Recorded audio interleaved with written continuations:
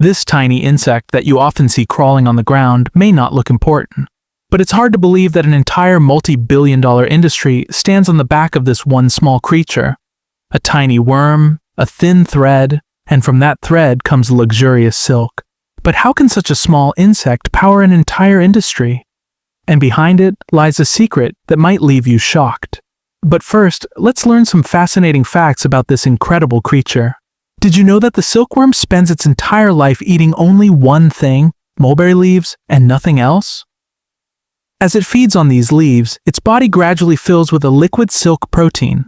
Then, when it's time to transform into a pupa, it begins spinning that liquid around itself, creating a protective cocoon.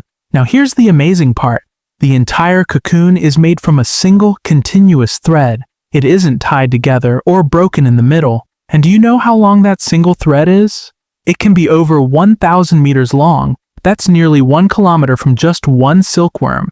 To spin this thread, the silkworm moves its head in a figure-8 pattern for nearly 3 days, making around 200,000 to 300,000 movements.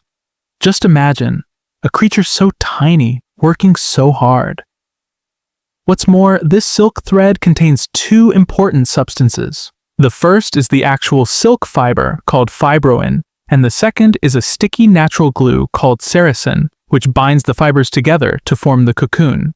Even more astonishing, for its weight, silk is one of the strongest natural fibers in the world.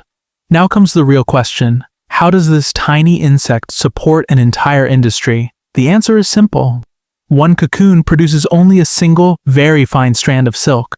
That's why it takes around 2,000 to 3,000 cocoons to make just one silk sari.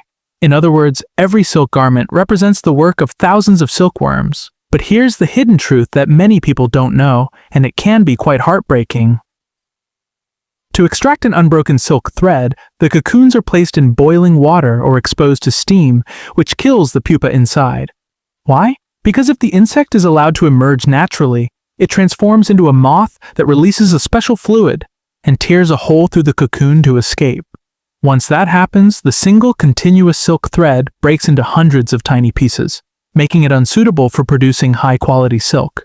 What's even more surprising is that the domesticated silkworm moth can barely fly, eats almost nothing, and has very poor eyesight. In other words, it has become almost completely dependent on humans for survival. Today, China produces nearly 80% of the world's silk, while India is the second largest producer, making silk one of the most valuable natural textile industries in the world.